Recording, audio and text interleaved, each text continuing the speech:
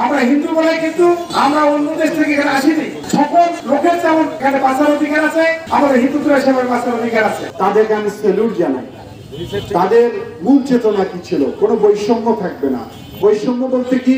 হিন্দু মুসলমানের বৈষম্য থাকবে না, খ্রিস্টান বৌদ্ধর বৈষম্য থাকবে না, বড় লোক গরিবের মধ্যে কোনো বৈষম্য থাকবে না। মেধার চর্চা হবে বাংলাদেশে। এটি তো স্বাধীন বাংলাদেশ, নতুন বাংলাদেশ। সেই বাংলাদেশ নিয়ে কারা ষড়যন্ত্র করেছে? ষড়যন্ত্র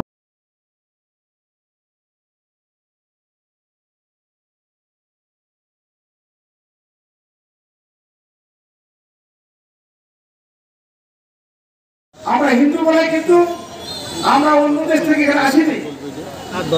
সকল লোকের যেমন এখানে বাঁচার অধিকার আছে, আমাদের হিন্দুদের সেভাবে বাঁচার অধিকার আছে।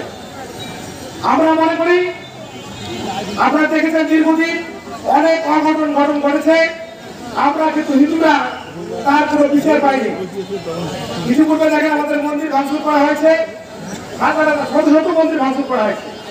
পূজার সময় আমাদের প্রতিমা ভাঙচুর করা হয়েছে। আমরা কিন্তু কোনো বিচার পাইনি। পেয়েছেন আপনারা বিচার পাবেন?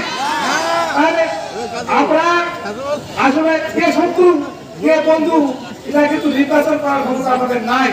যার কারণে আমরা কিন্তু এখনো অন্ধকারের মধ্যে আছি। তাই আমি বলবো আপনারা নির্বাচন করবেন যে কারা আপনার পাশে আছে, কারা থাকে, এই বিষয়টি আপনারা বিবেচনা করবেন।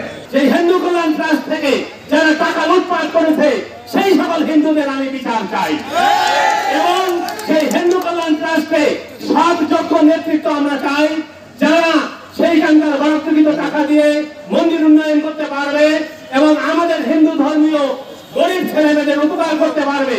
কিন্তু যারা সেই টাকা পকেটে নেয়, তারা সেই টাকা নিয়ে বাড়ির মন্দির ভালো করে, সেই রকমের নেতাগুলো আর হিন্দু কল্যাণ ট্রাস্টে আসতে না পারে। এজন্য আমি অনুরোধ করবো আমাদের আজকের নেতাকে, যাতে উনি ঢাকায় গিয়ে যে বর্তমান যে উপদেষ্টা পরিষদ আছে সেই উপদেষ্টা পরিষদকে খেয়াল করে দেয় যে হিন্দু কল্যাণ ট্রাস্টকে ভেঙে দিয়ে সেখানে নতুন নেতৃত্ব তৈরি করতে হবে।